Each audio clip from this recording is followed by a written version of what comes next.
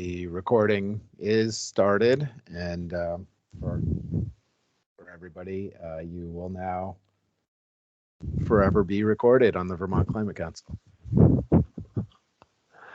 So good afternoon and welcome everybody. This is the very first meeting of the Science and Data Subcommittee, and it is Friday the 19th of February 2021. We're so happy that you've all joined us today to start off this conversation about what are some of the things that we hope to accomplish on this particular committee. And maybe before we get going in terms of just everybody sort of getting the lay of the land, it might be nice to know who's currently on the committee. So I'm one of the co-chairs. TJ Poor is another co-chair. TJ, if you want to say a couple words, maybe. Yeah, I'm the Director of Efficiency and Energy Resources at the Public Service Department, and very involved in the Comprehensive Energy Plan as well that the department is moving forward. So there's some overlap there, but I'd point that out up front for this committee as well. Okay. Jared Duvall is another subcommittee member. Would you like me to say a brief intro, Liz? Please, 30 seconds, just so we get the lay of the land. So I serve on the council in the seat appointed represent an organization with expertise in energy data and analysis. So EAN, the nonprofit organization, serves a very broad and diverse network across Vermont and works in close partnership with state and federal agencies to track progress and produce comprehensive, accessible reports to help us understand Vermont's energy and climate progress and make sure that our policy and programmatic conversations are founded in the latest available quality data and analysis. Thanks, Jared. Brian Gray is another member of our committee. Good afternoon. I'm Brian Gray. I've been in the energy industry for over 30 years. My current role is with the Energy Co-op of Vermont. I'm the general manager. We are a true cooperative with roughly 3,000 customers. We deliver fuel oil, kerosene, but our real mission is to help our members use less of these by offering wood pellets, heat pumps, energy audits, weatherization. Our goal is to really help our members use less and save more. Thanks, Brian. And Secretary Moore? Good afternoon. I'm Julie Moore, and I'm the Secretary of Natural Resources. Also a civil engineer by training, and excited about the sort of personal and professional fulfillment I'm sure I will gain from being part of the Science and Data Subcommittee. Perfect. Thanks, Julie. And so again, I'm Leslie Andupini-Giroux. I'm the member on the council appointed for climate change science expertise. I'm the Vermont State Climatologist and also the president of the American Association of State Climatologists. So with that, we've got a pretty packed agenda. And I think I'm going to turn it over to Jane. Jane, would you mind reminding me how to pronounce your last name? And then if you would sort of take us through some of the procedural aspects of thinking about adding to our subcommittee. Sure. Thank you, Leslie Ann. It's Lazorchak. Thank you. Yeah. My maiden name was Moskowitz, so it wasn't much easier. So thank you all for gathering today. You guys are the last of the 5 subcommittees to meet for the first time. So it's great to have seen all 5 subcommittees get together this week with different charges in front of them. And so where we're at right now with respect to finalizing subcommittee membership is the goal, which has been a bit of a moving target with the hope was this week that we would finalize subcommittee membership has been bumped out till next Friday. The Vermont Climate Council has sort of determined a goal of roughly 8 to 10 members for each subcommittee, recognizing that up to 12 is okay too, but we're trying to keep the subcommittee membership small and nimble in order to be efficient at scheduling meetings and getting work done, as well as recognizing that there's sort of the right number to have the right technical experience around the table, as well as diversity on the group. So just to back up for all of you who aren't intimately involved with what has happened to date with respect to nominations for subcommittees.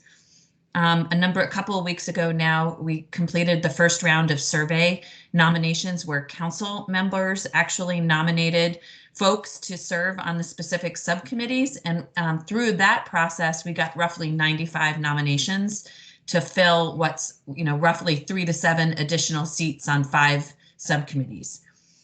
Recognizing that we felt like we had missed an opportunity perhaps to start to engage more broadly with Vermont constituents, we decided to take a step back, pause, and actually do another round of survey nominations where we cast a net further out into the state, trying to get more inclusive representation of nominations for the subcommittees. Through that process, we got roughly 250 additional nominations for the subcommittees, at which point we started to sort of spin the wheels a little bit and try to think about an efficient process to sort through those nominations in order to determine how best to staff the subcommittees. I should pause and also say that recognizing that subcommittee membership is only one way to stay really intimately engaged with the work that's happening both at the Climate Council and at the subcommittee level. We've been thinking a lot about this through concentric circles of engagement, being that the subcommittees are sort of where the work that is going to get done over the next really five months. A lot of work for the subcommittees up until June. But throughout that process, we'll be having to draw in specific technical advice for specific meetings that you have, as well as continuing to invite the public and interested parties into the conversation over the next few months and then throughout the whole process as we write the climate action plan into the fall. So this week, we decided a more refined process to review those nominations would be looked at by myself, the steering committee for the Climate Council, and our facilitator, CBI, Consensus Building Institute. And we worked through the 350 roughly nominations to complete sort of suss out a master list of nominations where we reviewed and removed duplicate nominations, but kept the relevant information for those nominees in the box with relevant information so that if a different person nominated them and spoke to different attributes, we didn't lose that information. So the data got refined from 350 to 267 nominations. And then one of the short comings of the surveys was we should have had a specific column where folks self-identified their first, second, perhaps third choice subcommittee that they wanted to serve on.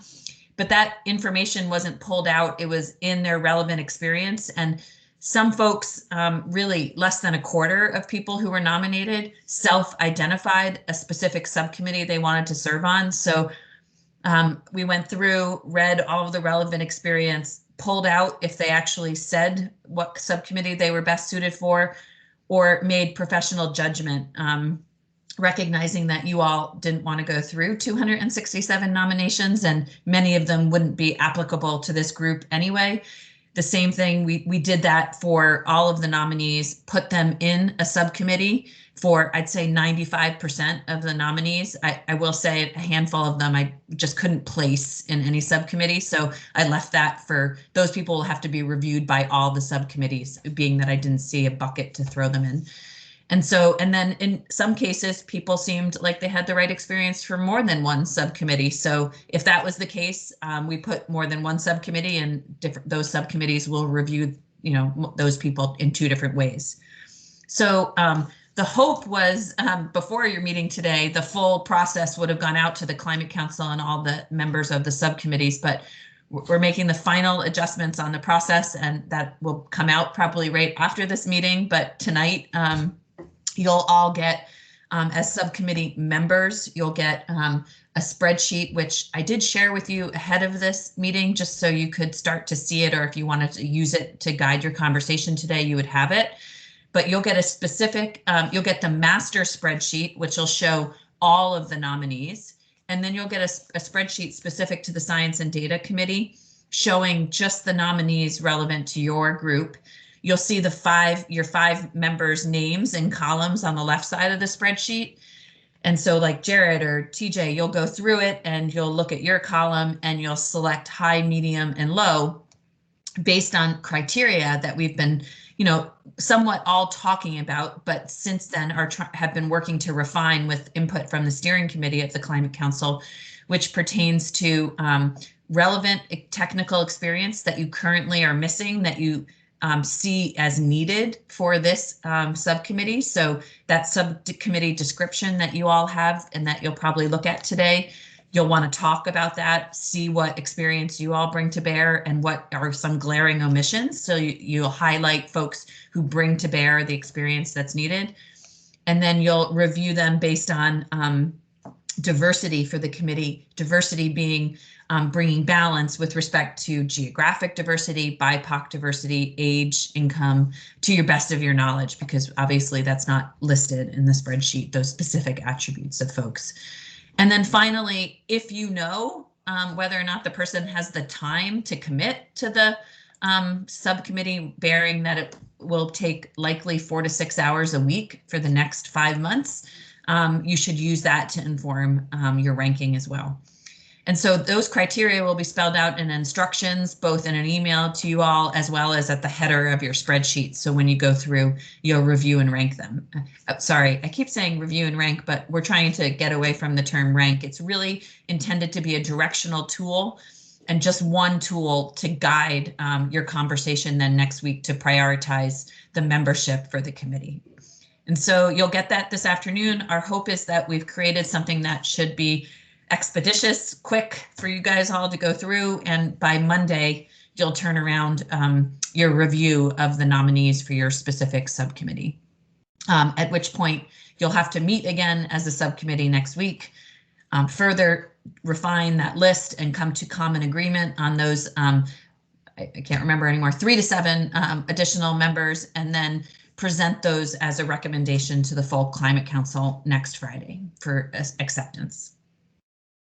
So I think that's all of it. I will highlight, since many of their faces are staring at me on Teams, you also have agency staff here that have been presented by cabinet positions on the Climate Council as people to staff this committee. So as you're thinking about relevant expertise and diversity and other areas for inclusiveness in this committee, I would recommend that you speak with the agency staff here, ensure that they have the commitment to support this group, and recognize that while not members of the subcommittee, I think in many ways they will bring a lot of capacity and support the work of this group. So they should definitely be acknowledged. I'll pause there because that was a lot, and ask for any questions.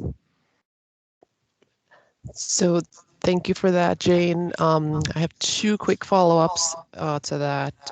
One would be to actually the folks who have been nominated or selected to staff our committee, if you would not mind introducing yourselves and saying a little bit about your expertise, because for some of us, this might be the first time we're actually meeting you. So that would be great. Thank you.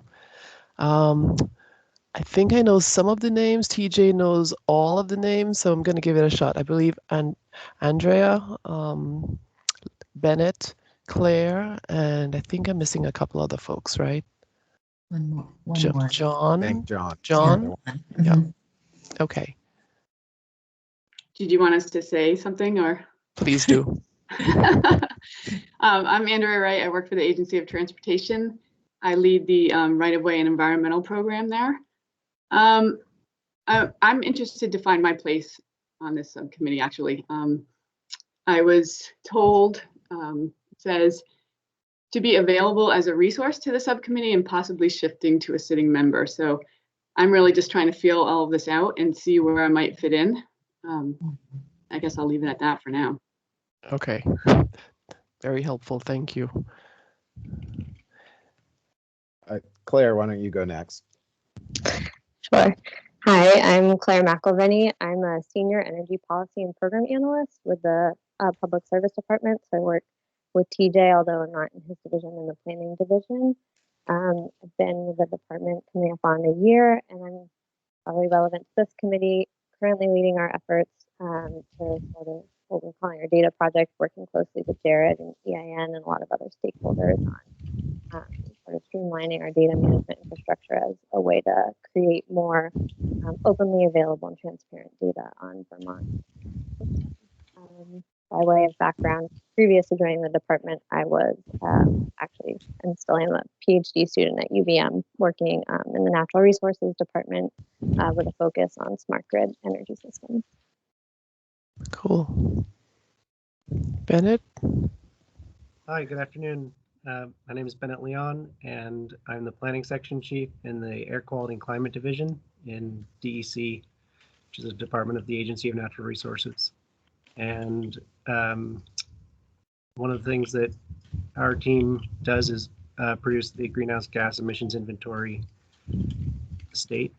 And there are a couple of their staff members of ours who are attending the meeting right now, which is great. And so that's Cool. Thank you. And John? I'm John Adams. I'm the director of the Center for Geographic Information, and we steward a lot of the state's geospatial data assets and manage the Open Geodata portal and work with all agencies in the state. My background's in land use planning primarily, and I did help out a number of years ago with working with the previous Climate Council and the energy plan and the land use planning and data section there. Perfect. Thank you. Alrighty. So if I understood you correctly, Jane, we're going to be getting a number of these resources because I just checked my email quickly and some of them are probably not there yet. So we're going to be getting those and working through them over the next little bit. And then for Monday specifically, what's the ask? For Monday specifically, you'll have to go through your spreadsheet specific to the Science and Data Committee and put all of the nominees specific to your subcommittee in a bucket of high, medium, or low relative to the criteria that are articulated at the top. And I would encourage the group to consider any other specific criteria that you want to be thinking about with science and data mindset as you're reviewing those nominees, because the criteria are very broad, intended to be applicable to all 5 subcommittees. And so what I'm hearing from other subcommittees is that they're using the opportunity when they're together to recognize what it is, the commonality that you're all looking for the additional membership, so that when you look through those names, you have an eye for those common experiences that you're all looking for. So for the point of clarification, we're doing this separately and then sending it in? Yes, okay. You'll be sending it to myself. Okay. Can you clarify the timing one more time? You said for Monday, but I think that. Yeah, that's one of my points of clarity that I actually just I was on a different subcommittee, just hopped off to come onto here, and they asked about having till the end of day on Monday, and we had been talking about over the weekend. So I'm not 100% sure if it'll be midday Monday, end of the day Monday, Sunday night. We hadn't actually set a deadline yet. And because we're the last subcommittee to be meeting, I think we'll probably need just a little bit more wiggle room to have that time and space to fully devote to all of the hard work that folks have put into the nominations, so that, you know, we respond with the equal amount of care. Yes, so. I respect that completely, Leslie Ann. Thank you. And what I'll say is that I think that perhaps not your subcommittee, but all the other subcommittees have scheduled a meeting for next week already, and nobody's meeting as of now on Tuesday. And so I think that means that that'll give myself and CBI Tuesday to process the information to return to the subcommittees, which likely means end of the day Monday is probably going to be just fine to review nominees. But I just want to check in on that. Maybe Secretary Moore has anything to add about timing, or does that sound reasonable? Yeah, no, it is a very aggressive schedule, but part of the challenge here is our deadlines are very aggressive. And so we do need to get the subcommittees up and running as soon as possible. And I think there's a goal ultimately of having kind of a slate coming out of each subcommittee to be recommended for the steering committee to have a look at and just sort of look broadly across all 5 subcommittees. I believe we're meeting again maybe March 1st. And so sort of careening towards that date. Okay. So it sounds like some of this clarification I could follow up offline as well. So Thank you. okay.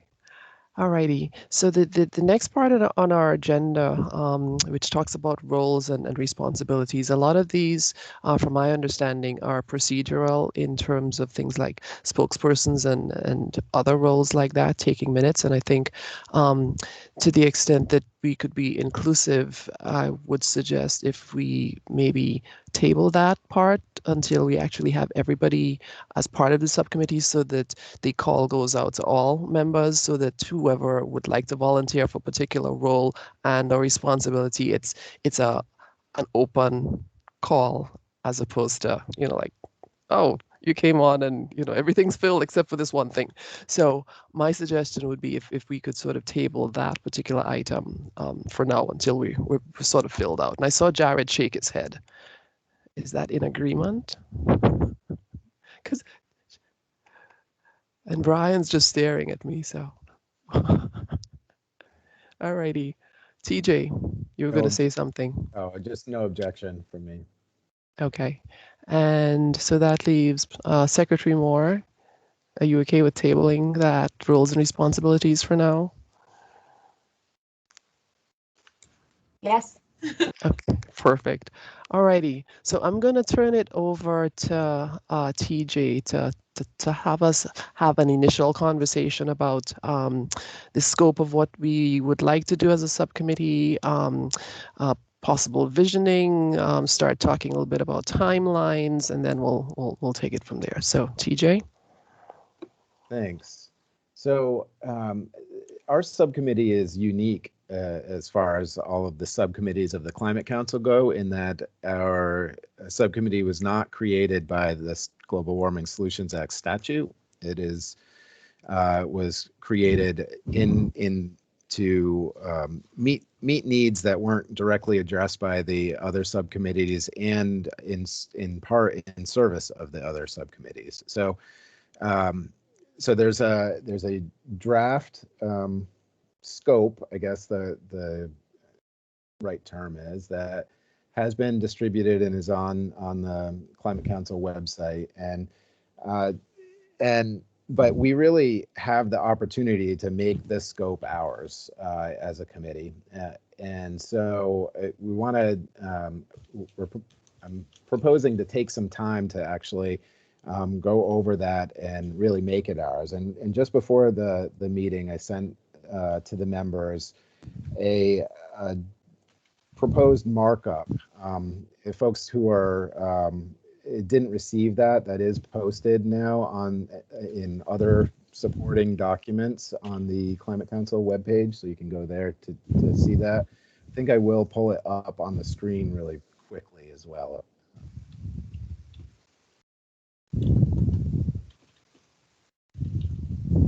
So I'm not sure if everybody else saw that, can see that now. So what you're seeing here is a red line that Leslie Ann and I. Could you zoom in, TJ? Just Oh, make it. yeah. Sorry. Thank you. If nobody speaks up, then I wouldn't have known. So thank you. And so these are some just initial suggestions of modifications, and the real purpose of providing this was to just elevate the fact that we can make some changes to our scope and make it what we feel will be most useful to the Climate Council, or propose what we feel will be most useful to the Climate Council. Ultimately, the full council will decide our scope, I think. So there are some changes. Some of this in the initial paragraph here that you can see on the screen was a portion of original bullet that was below, but was elevated up. And I don't want to go kind of line by line because honestly we don't have the time for that today, but just wanted to call it out and talk just a little bit about the specific scope, and then get to the milestones that are at the end. So again, our role is to identify critical scientific information, monitoring, evaluation gaps that currently exist. That was in the original. That's now elevated to the top here. But one of the things that are included in these edits are an emphasis on the iterative relationship between our committee and particularly the cross-sector committee, but really all the committees, in that it's not going to be a one-way street in our mind. And second is to establish end use and emissions baseline based on the current state and regional policies. We have the climate inventory, as Bennett mentioned. Now there's a critical role that it's really unchanged from the initial scope is to review that approach and recommend any modifications as necessary. Number 3 is largely unchanged, but it's creating a business as usual assumptions, what's happening now, what we expect to happen if we do nothing, and then working, this is what I mentioned before, iterative cross-sector mitigation. They're going to come up with a lot of policies and pathways, and we'll be looking to analyze those and see what the results are from both a emission standpoint and a cost standpoint. And then number 4 is monitoring and tracking, and that was a bullet point before that was kind of it's reframed here a little bit to it actually also expands this to include the other subcommittees as well as just us. Is particularly this goes again to the iterative nature of the Just Transitions Committee, for example. We may be able to come up with something, but whatever we come up with will be much better served if we have that iterative process with the other subcommittees.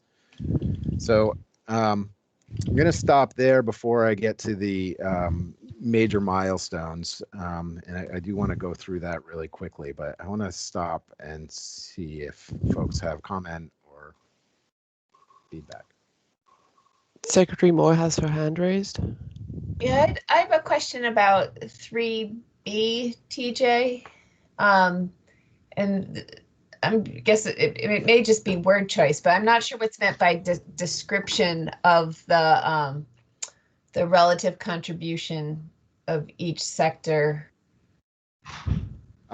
Yeah, so the previous word there was reflect, and I have the disadvantage of having written the previous word, which doesn't help clarify my thinking as to why I had written that either. So. And so I took that. Well, first it didn't flow with the sentence that preceded it, so I wanted to change the tense of the word, but I took that as this being built, we're building scenarios, and that those scenarios need to describe the relative contribution of each sector to the resulting emissions, or the right. I've been trying to sort of flip back through the act because I think there are words to that effect, and I haven't put my finger on them yet. But I think some of it is not. There was a piece of this that I think said we're not supposed to essentially let little sectors off the hook just because they're little, if there are cost-effective opportunities. Yeah, Secretary Moore, if I may, I've got it right here on page 33 of the act, and that language was actually specifically in the statute, TJ, that the plan should provide for greenhouse gas emissions reductions that reflect the relative contribution of each source or category of source of emissions. So I just think we want to be, I understand wanting to edit this for kind of clarity, but I think we want to be careful when we're trying to include exact statutory language or guidance.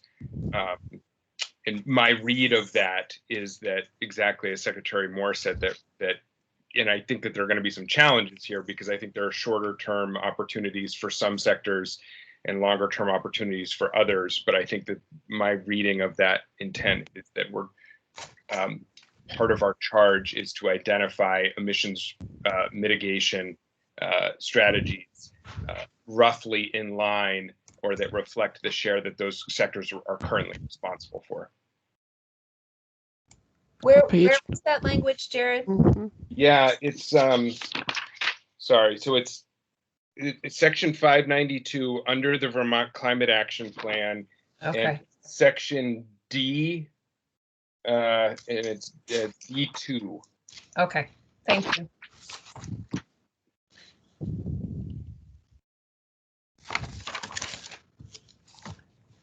And that's Okay, the strength of so- having all of these eyes looking at the same thing. Yes, absolutely. Thank you. And that's probably one of the, it's interesting because I think there was more substantive changes, or intended to be, elsewhere, but we can, yeah, that we certainly want to reflect the intent of the act the best we can here. So happy to change it back to reflection of, or language that is tied to the act. Well, I think, yeah, I was going to say, I don't know that reflect is actually the best word, but I think it's that concept that we're supposed to be looking to achieve some semblance of balance across sectors. That's important here. And I guess description felt like it moved away from that. I don't know that reflect is exactly the right word, or at least not the one that'll be most understandable going forward. Well, can I ask what members think of, in our role as the Science and Data Subcommittee? A there is saying we're really just modeling or doing the analysis for the pathways that the cross-sector committee puts forward. And if we, I don't know that our committee can kind of, if they don't put forward, if that committee doesn't put forward something that addresses a sector, our committee, I don't know, do we, I guess it's a question, do we have the charge to actually respond in that manner? Jared, it looks like your hand's up. Yeah, I actually have been thinking about this, and we had a conversation in the cross-sector mitigation committee earlier this week that actually kind of flips that order. So what we're talking about on the agenda in a couple of weeks is a review of the technology pathway analysis that you've seen, TJ, that Claire has seen, and that Colin Smythe has seen and done an initial review of. But once we can identify what is the rough scale and pace of emissions reduction that we can get from across all sectors, given known and proven technologies and best practices and current assumptions and peer-reviewed literature, et cetera, their sense at the cross-sector mitigation committee was, let's start with those technology and best practice pathways, the measures to achieve the emissions reduction, and then design or put forward policy scenarios that could add up to and achieve that. My worry would be if we start with just kind of modeling the emissions reduction potential of, a brainstorm of policy, it may not add up, and would be less assured to make sure that we're actually meeting the requirements set before. So I would just offer that I think it will be helpful for this committee and the cross-sector mitigation committee to review those pathways, and then help ensure that policies are aiming towards and in service of making sure that, if not that exact set of pathways, but still the overall, amount of emissions reduction would still geared to achieve that. And so that's a great point, Jared, in terms of the is sort of either scaffolding or lockstep, that we need to have really deep conversations now at the forefront before we start getting too far down the road. Because I think in some instances, in some types of things that we're trying to come out with, it's like this, where one committee has to do some stuff first and then the other committee has to follow. And in other cases, it's like this, and we have to be kind of like marching along together. So I think to the extent that we could flag some of those scaffolding pieces up front would just sort of make the flow go a little bit better as we kind of step on through. So I try to capture what you just mentioned, but if you would assist with maybe sort of reiterating what that conversation was in the cross-sector committee and how it sort of translates across to us as a science data committee, that would be good.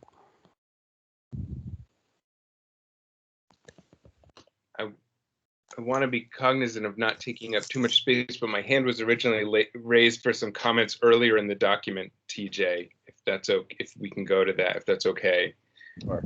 And one is, thanks for the working through this and working to update this. There was a phrase I saw at the end that I really liked because I thought it represented the kind of breadth and inclusion of the charge before us. It talked about, science data in service of the mitigation, adaptation, and community and landscape resilience work that we need to do. I liked that. My worry about the kind of opening paragraph is that it makes it seem as though we're really just looking at the science and data around the direct and indirect effects of climate change.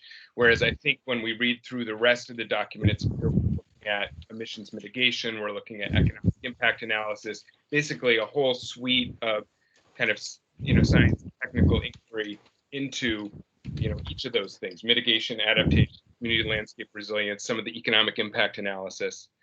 So I want that to be broader up front.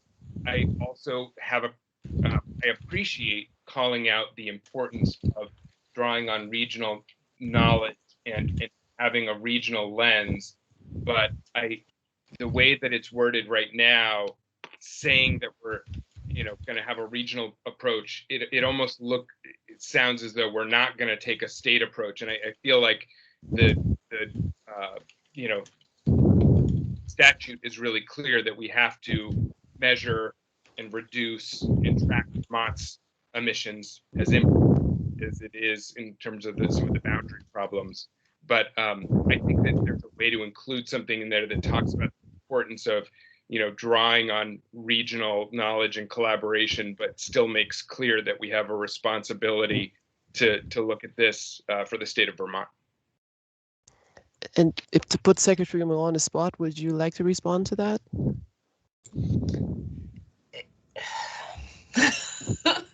Call putting you on the spot.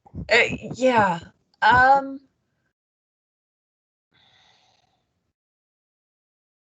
I guess I would like a little time to think about it, frankly. I'm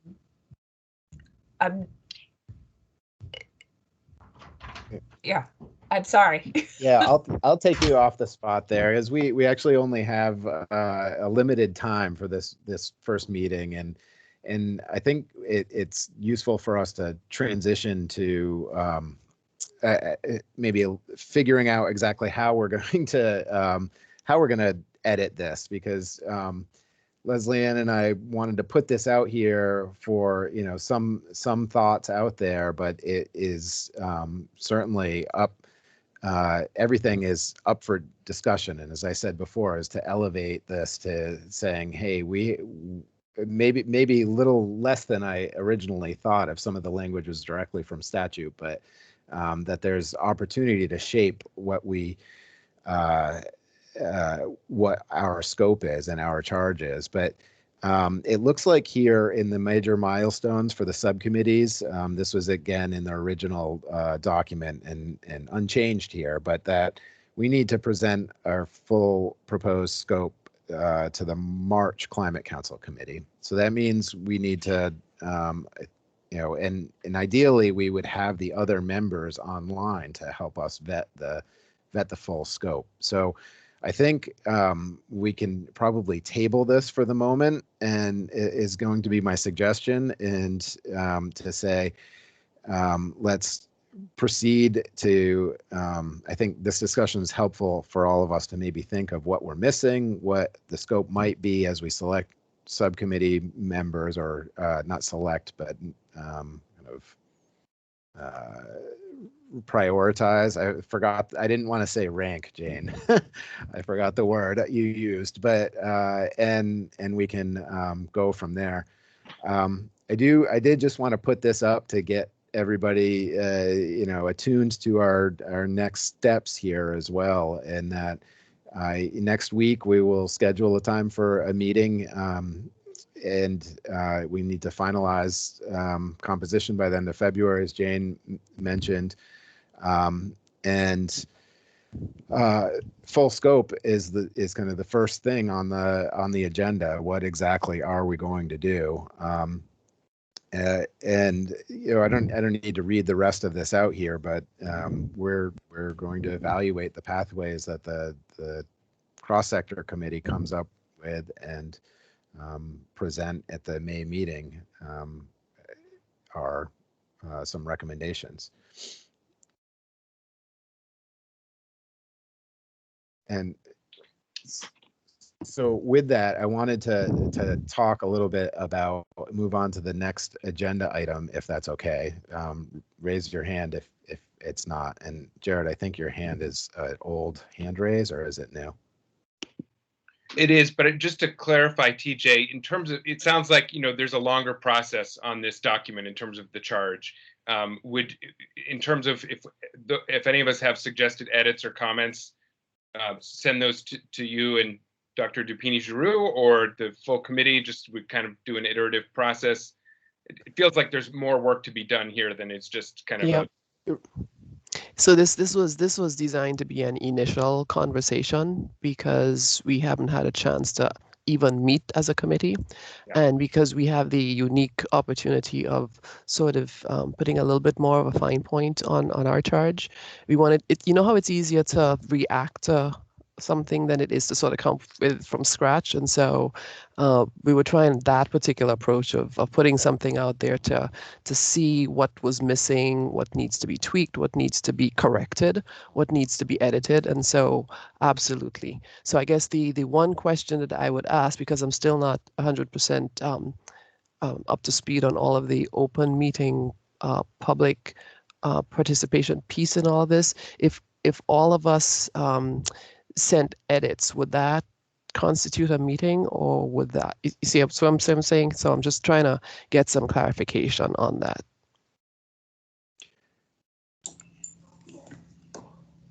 Yeah, I think it's very challenging to cooperatively edit a document.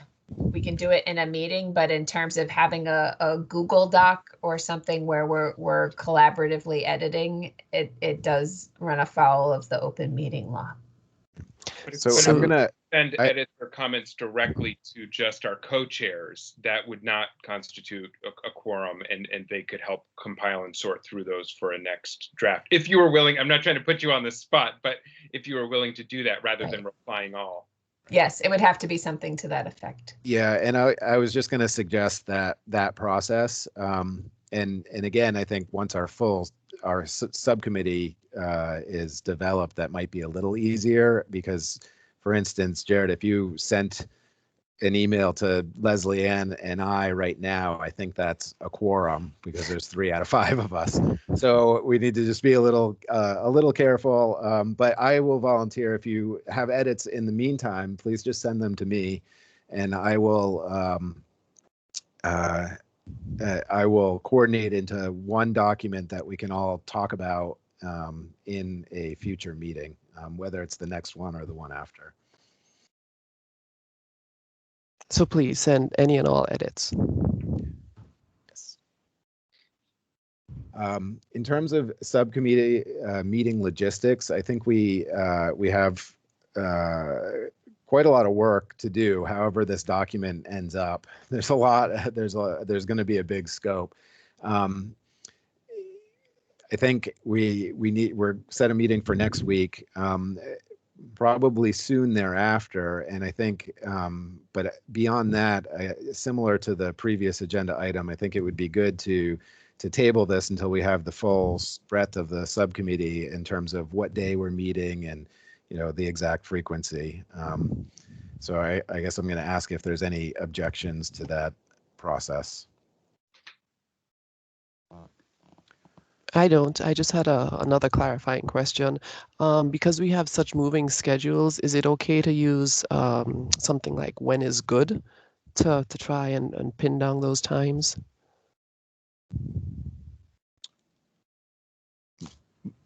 My understanding is that you know, a procedural like scheduling of a meeting would not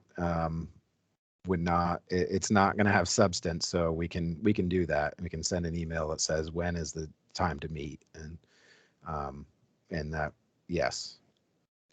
Okay, because that might be the most efficient way of trying to get everybody's schedules together. Correct. Yeah, anything procedural like that is not sort of part and parcel of the open meetings law. It's substantive deliberations. We can schedule meetings and make those sorts of arrangements at will. I'd also recommend that we schedule out and not week by week. It'll be a lot easier to manage that way. Yeah, it's also easier, frankly, from a public notice perspective, in that if we have a standing meeting day and time, we only have to notice it once.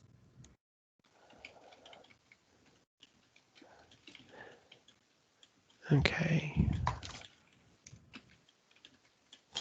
All right, so how about division of work? If edits go to TJ, and I'll set up a when's good and send that out to the current subcommittee members, and feel free to use it for whatever a typical week might look like, and then we'll use that to find a standing meeting time.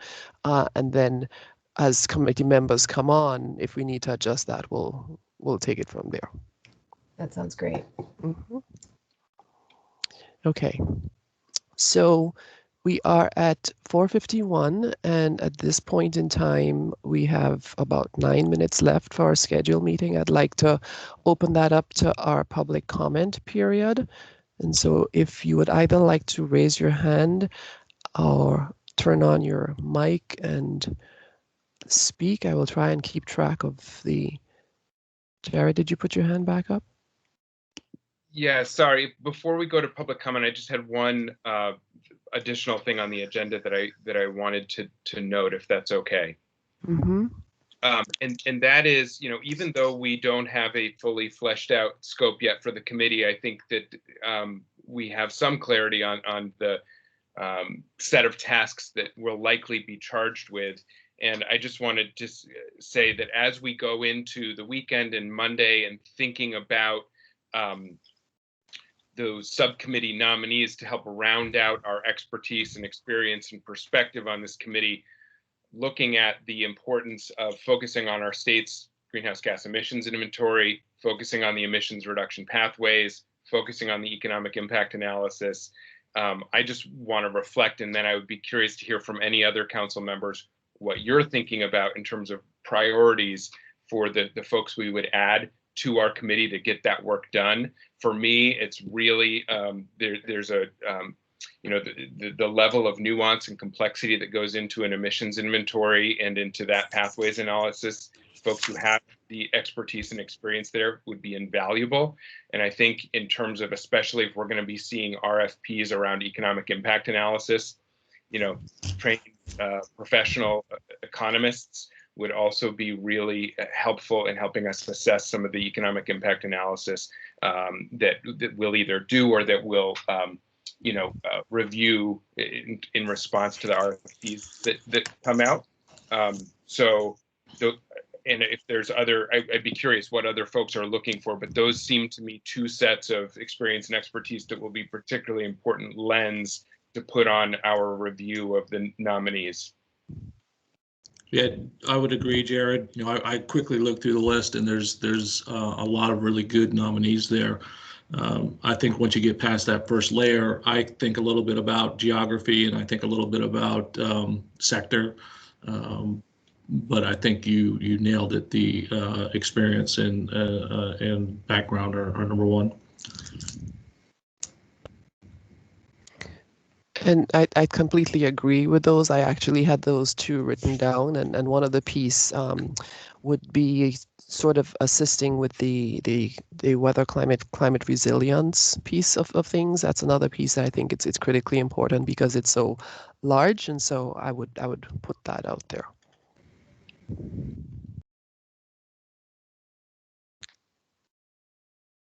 Other committee members before we move to our public comment period?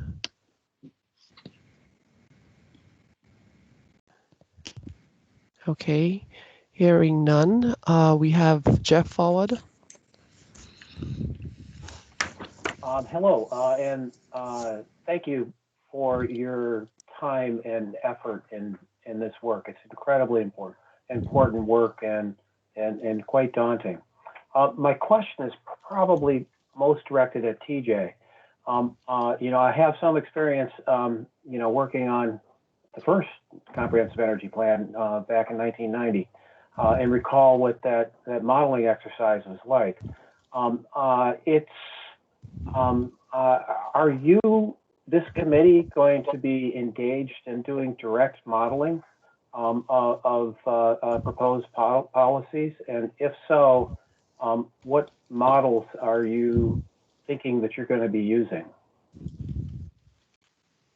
Well, I can start to answer that. There's as I mentioned at the top, I didn't give a broad introduction of myself, but I did mention the comprehensive energy plan because it's very relevant to this this committee, and it's currently a parallel process. And as part of that, we are the Department of Public Service is doing undertaking a modeling effort, and that we've hired the Stockholm Energy Institute through NESCOM, and this is in partnership with the Agency of Natural Resources to model out using the LEAP model, business as usual approach, and then also pathways. And as far as the energy plan goes, we do expect to bring those results and have them integrated into,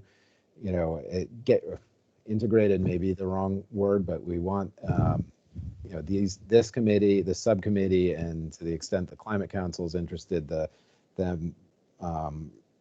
that type of engagement to make sure that we're not, having assumptions that are any different than what the Climate Council might want.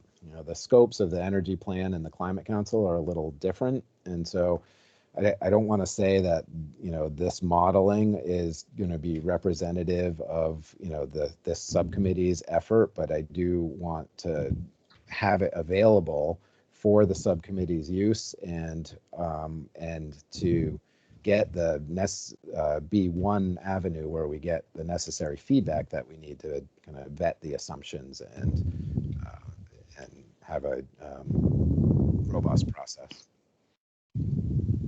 If I could maybe just add a little bit there too, which is there's some shared modeling responsibilities between the agency and the department in this space. And I think the timelines present some wrinkles that TJ sort of alluded to, and it will be important that we sort of are mindful of the fact that we've got things on a handful of different tracks, making some that'll be undertaking some fairly similar but not identical evaluations. Perfect. Thank you both. We have another hand raised from Steve Crowley. Hi, thanks a lot. Again, I will echo what Jeff said about thanking you for your work at this. I know it is going to be a monumental task, so I really appreciate that. And I look forward to providing some input along the way. But I want to make one comment regarding this initial task of addressing your scope. One of the things that comes up repeatedly in the Global Warming Solutions Act that I think is really important, maybe revolutionary and understated everywhere, but in the act itself, and that is equity and justice. And that's a lens that I'm not sure how that's going to work. I don't know if it applies to the accountability aspects of the Global Warming Solutions Act. But if it does, then I think there's a big role for data somehow. You know, there's a saying that if you don't measure it, you're not going to do it. And I don't know how to do that. But maybe there are social scientists out there that have a handle on that. So that's my comment. You might think about you know, how, if you guys have the capacity, or if there are other, maybe nobody has that capacity. But if there is anybody, it might be helpful, whether on the committee or contract or whatever. But I think it's going to be, you know, one of those really important things to get a handle on. So thank you. And Steve, I could not agree with you more. Absolutely and critically important, because I always say we're doing this for the people, and so the people have to be front and center. And I think that's part of the reason why working closely with the Just Transitions Committee from the get-go is going to be absolutely important, because we need to have everybody at the table, so that when we think about what the challenges are, when we think about how we try to address those challenges, everybody's voice has to be co-equal at the table. And so to the extent that this is one of those times where we're working in parallel, in lockstep, will be critically important. So thank you for that comment. Thank you.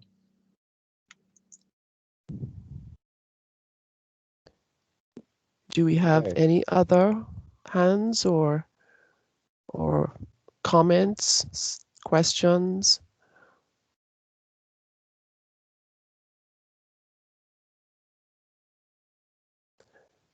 Okay, hearing none. This has been an amazing hour. I think we have covered quite a bit of material, but we also know we have quite a bit more to get going, and there's a lot of stuff to unpack. There are a lot of great suggestions, a lot of things we need to put a finer point to, and so I take this as a great start. We're nowhere near the end, and it's going to be a slightly of an uphill battle, but it sort of gives us the ability to think about how to sort of refine some of these things that we're going to be working on over the next few months or so. So thank you for all of your input, everybody. I look forward to really working together with all of the members of our subcommittee and the ones who are going to be coming on board. And if TJ doesn't have any final comments, I would like to wish you all an amazing weekend, a safe weekend, a happy weekend. I know we're going to be doing some work over the weekend, but that's okay. Get some rest and relaxation, everybody, and we hope to see you again soon. Thank you, everybody. Bye now. Bye.